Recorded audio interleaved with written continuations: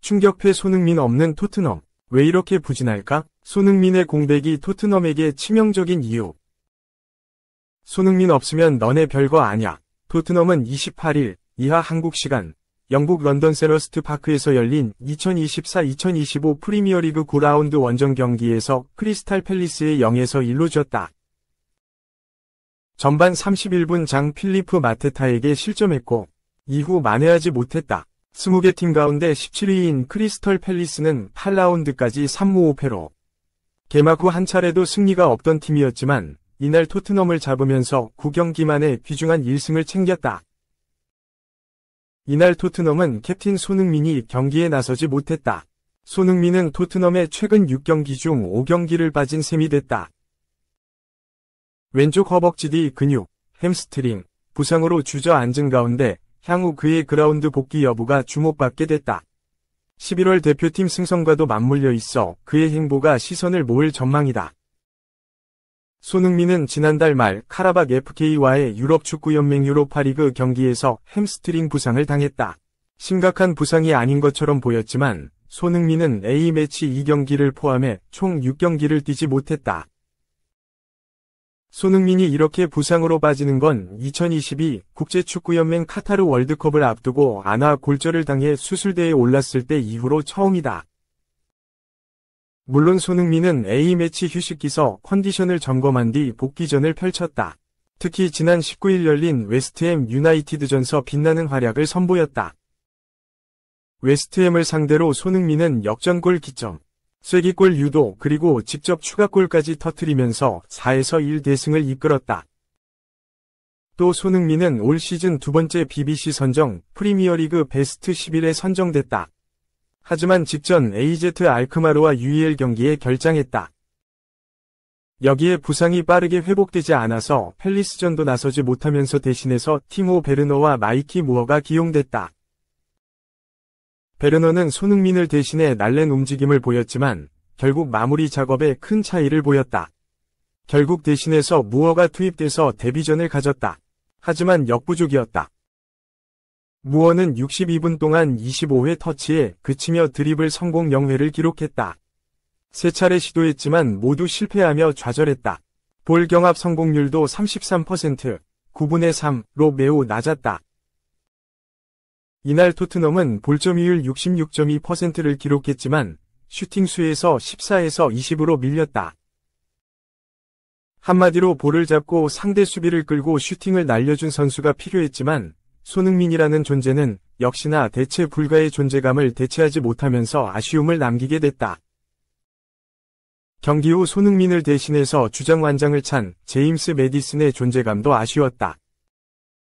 결국 리더이자 공격수로 손흥민은 토트넘서 다시 한번 대체 불가라는 점을 다시 한번 제대로 각인시켜줬다. 여러모로 토트넘 입장에서는 타격이 컸던 경기. 영국 BBC는 다시 한번 토트넘이 토트넘 문화에 빠졌다고 지적했다. 토트넘 문화는 우승이나 치고 나가야 하는 상황서 자주 진다고 해서 붙은 조롱이다. BBC는 전형적인 토트넘이었다. 전반 내내 소심해 보였고 점유율을 기회로 바꾸지 못했다고 비판했다. BBC는 이 문제의 원인으로 주장이자 에이스 손흥민의 부재로 다시 한번 언급했다. 이 매체는 토트넘은 손흥민을 대신해서 팀을 이끌고 분위기를 살리고 주도할 사람이 필요했다. 하지만 없었다. 특히 공격 작업에서 손흥민의 영향력이 너무 그리웠다. 라고 한숨을 내쉬었다. 또 탈트넘 발생하나 소니 동료 쿨루셉스키 유럽 초대형 명문 구단이 노린다. 점치로형 장전. 토트넘 호스퍼에 대한 쿨루셉스키가 이탈리아 명문 구단 AC 밀란의 관심을 받고 있다. 영국 매체 커트 오프사이드는 29일 한국 시간 쿨루셉스키는 밀란 고문이자 스웨덴 전설 이브라히모비치가 영입을 주도하는 가운데 AC 밀란의 러브콜을 받고 있다. 라고 보도했다. 쿨루셉스키는 이탈리아 세리에 A 파르마에서 주목받았다. 그는 2019-20 시즌 파르마에서 공식전 37경기 10골 9도움으로 가능성을 보였다. 이후 유벤투스로 행선지를 옮겼지만 유벤투스에서는 파르마 시절의 모습을 보여주지 못했다. 그는 유벤투스에서 통산 74경기 9골 10도움에 그쳤다. 유벤투스 이적 후 커리어가 꼬인 쿨루셉스키에게 손을 내민 구단은 토트넘이었다. 토트넘은 2022년 1월 쿨루셉스키를 임대 영입했다. 쿨루셉스키는 토트넘에서 임대의 신화를 썼다. 그는 2021-22 시즌 후반기에 20경기 5골 8도움으로 토트넘의 리그 4위 등극에 기여했다. 이후 토트넘에서 임대 생활을 이어갔지만 2022-23 시즌에는 37경기 2골 8도움으로 부침을 겪었다. 한 차례 부진했지만 토트넘은 3천만 유로, 하나 약 449억 원의 그를 완전 영입했다. 쿨루셉스키는 엔제 포스테코글루 감독 체제에서 주전 자원으로 올라섰다. 지난 시즌 쿨루셉스키는 39경기 8골 3도움이라는 성적을 남겼다. 이번 시즌에는 공격형 미드필더로 나서면서 기량이 한 단계 발전했다. 쿨루셉스키는 13경기 2골 2도움을 기록하고 있다. AC 밀란은 토트넘에서 반등한 쿨루셉스키를 주시하고 있다. 커트 오프 사이드에 의하면 AC 밀란은 여러 유럽 구단의 영입 명단에 오른 하파엘 레앙의 대체자로 쿨루셉스키를 노리고 있다. AC 밀란은 5천만 유로, 하나 약 749억 원을 제안할 예정이다. AC 밀란이 쿨루셉스키 영입에 성공할 수 있을지 지켜볼 일이다. 3. 비니시우스 수상 불발, 팀킬 때문에 벨링엄 카르바할 등의 표 분산 로드리 반사 2. 결국 팀킬이 문제가 되고 말았다. 비니시우스, 24 레알 마드리드, 가 29일 2024 발롱도르 수상에 실패한 이후 다양한 뒷얘기가 무성하다. 레알 마드리드 구단 차원의 행사 보이콧은 큰 비판 후 폭풍에 시달리고 있다.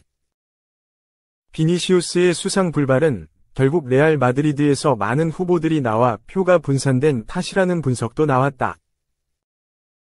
발롱도르 시상식을 몇 시간 남겨두지 않고 비니시우스가 발롱도르 최종 수상자가 아니라는 소식이 일제히 전해졌다.